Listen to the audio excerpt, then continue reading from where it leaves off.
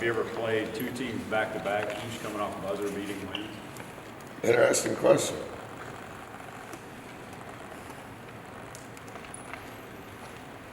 Not that I can think of. Yeah, not that I can think of. What do you think that does for their confidence coming in here? I think they were hungry to win. I thought they played incredibly hard. They were down 10, I think, at half. They were down to 18 with 15 minutes to play. Just kept fighting. Typical Coach Martin team. Defend like crazy. Had 20 offensive rebounds. Was, in my opinion, a big part of the game. Yeah, just because of my familiarity with Coach, I think their team is very similar to all the teams that he's had before. Fight for every inch of space, fundamentally sound, play incredibly hard defensively, will always be among the nation's elite in field goal percentage defense. Will be in the mix among great teams for offensive rebound percentage. Stereotypical Frank Martin team. How nice is it to have a guy like Josh Nebo who does all the things he does down low for you? Yeah, you know, I don't remember Nebo coming out of high school.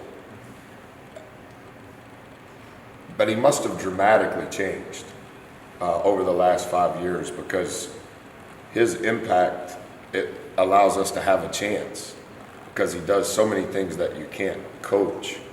And they must have done, the previous staff must have done an incredible job with him on and off the floor during his redshirt year, because I haven't watched any games, but I've looked at some of the numbers just to compare, not Nebo, just collectively. And his improvement is dramatic. And so they utilized his redshirt year very well, but I don't know that there's many players in the country that go from where he was at as a high school senior, where he was at maybe upon arrival at Texas A&M, but it's been a stock for sure that you would want to invest in. He was hurt early. At what point did you see him and go, wow, maybe he's better than I thought he was? Yeah, I remember talking with Travis about that. He hurt his hamstring, and I didn't say that full out then. But he tore his hamstring on the first sprint in boot camp, which I think was the first Monday in September. And what we had done the previous 3 weeks after Labor Day before that injury was not maybe what most people would think would be like dribble past some cones and shoot a few balls. And so I didn't know how good of a player he was, but I can say that upon injury, I did not feel confident that he was going to be what he is now. Not because I had seen it, just it wasn't trending in that direction at all.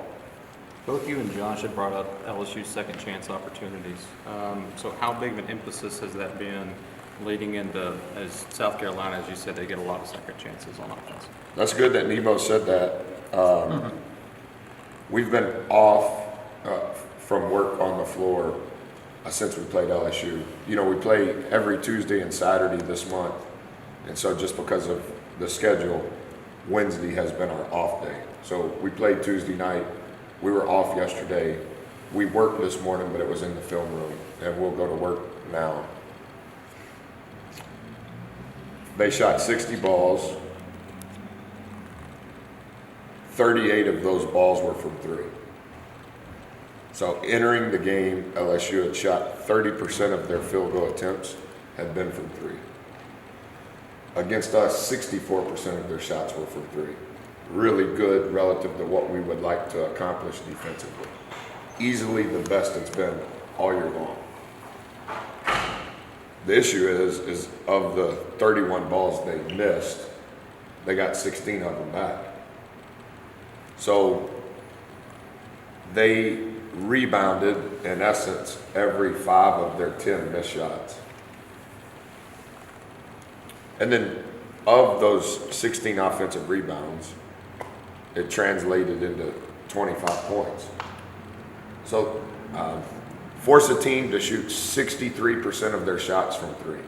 Really, really good from our lens on how we want to play. But then we only rebound defensively 48% of those misses. Easily the worst all year. And then of their rebounds offensively, they score 30% of their points. That we only lost by 4 is almost mathematically impossible. It just speaks that we were superlative relative to our season numbers thus far. We were superlative in many other categories. And we had gotten to the point since Christmas where we weren't awful on the glass.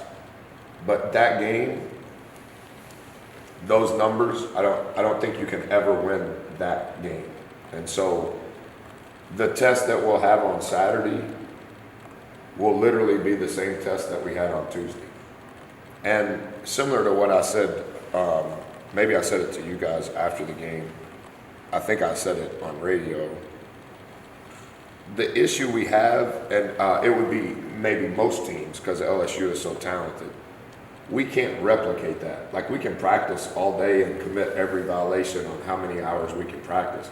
We still can't replicate that length, that size, that athleticism, that physicality. And so as best we can, we try. But on Saturday afternoon, in order for us to have a chance to be in that game, we'll have to be dramatically better than we were on Tuesday.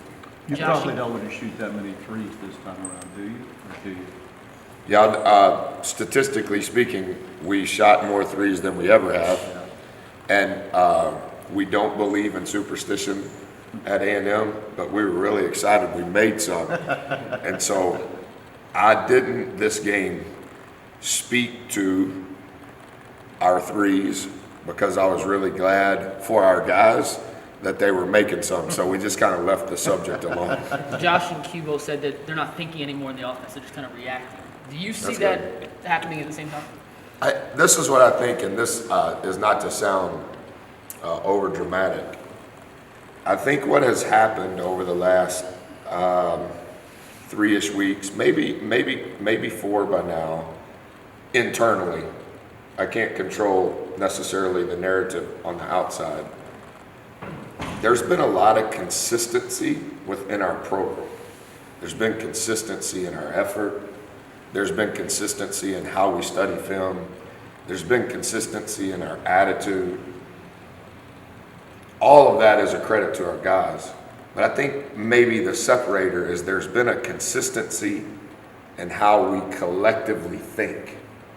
Like they're beginning to say some things that I don't have to say because they know I'm about to say it.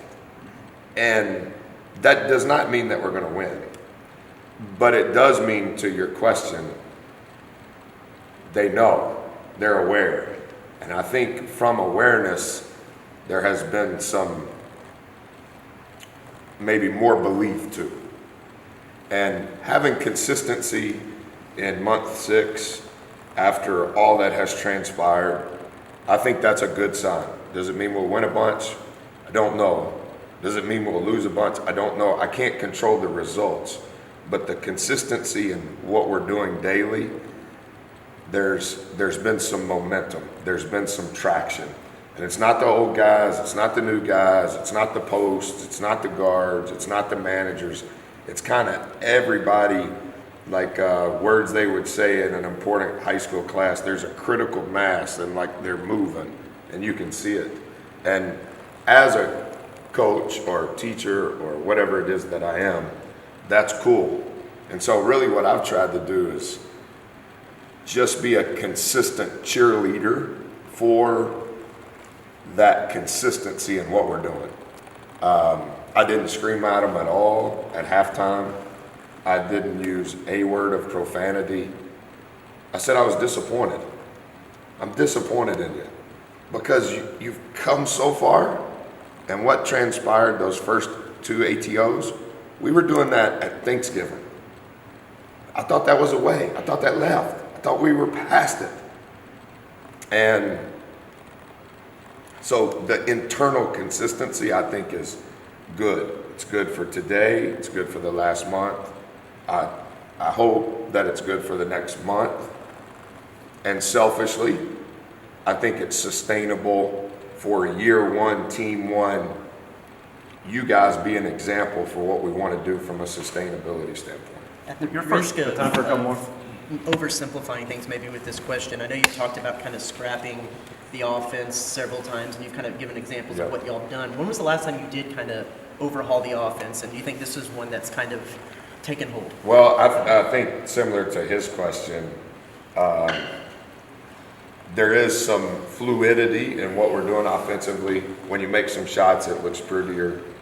But there's not a lot of, hey, where's he going? What's he doing? What is this? I don't know that play. We're kind of past that. And maybe a little bit against Ole Miss in the second half, a little bit, very little. A little more distinguishable at Vanderbilt. And even some in the second half against LSU. Hey guys, you remember this play? Yeah, coach, we know that play. Okay, let's do this. And they can do it. They can't do it with perfect execution, but because they know the core, they're like, oh yeah, we can add that in there. And so, overhaul, not since we scrapped everything and said, let's draw plays up, run plays to get our rebounders to the weak side. We haven't overhauled since then, but we've maybe adapted, modified, added a couple of things here or there, still to the core. And I would say, Travis, to be frank, that'll be the case going forward. It's not like there's a lot of depth that you can choose from and go, when Travis is playing, we're going to do that. When Gabe's playing, we'll do this. We don't have that margin. But they have done better in the adaptations to the core. Your first time around here, do you remember little Alex Caruso running around? And did you Yes, ever sir. envision that guy becoming, a key player for the Lakers? I absolutely adore his dad. Right. His dad is one of my favorite people from my time here. I was only here 720 days. It was a long time ago. As a head coach, I've lost a bunch of games since then. So sometimes I'm caught off guard by some of the questions that I'm asked within the community. Like, you remember me? Good seeing you again. That's kind of how I answer it, so I don't answer their question. But distinctly remember Mr. Caruso, so good to me. I thought he was a pro at what he did for the university. I think he's still doing that sort of stuff as a consultant, which is a fancy word for I knew a lot of stuff that other people didn't know. For sure remember Alex, remember him as a ball boy, invited him to camp, invited him to be a ball boy, remember all of it. And one of the really good stories of a career maybe that most people could have never projected, but speaks to his consistency and his willingness to work. And not saying this in the wrong lens at all. I know people within the Laker organization, and they speak to the type of teammate that he is, and how the security guard and the assistant coach and the guy that wants to be an assistant coach and the good players and the average players, they all love him. And there's something to be said for creating a niche out of work, and through your work, you become the teammate he has become. That's, I think as long as his body's healthy, he'll be able to play a long time. Thanks, Coach. Thanks, Coach. All right.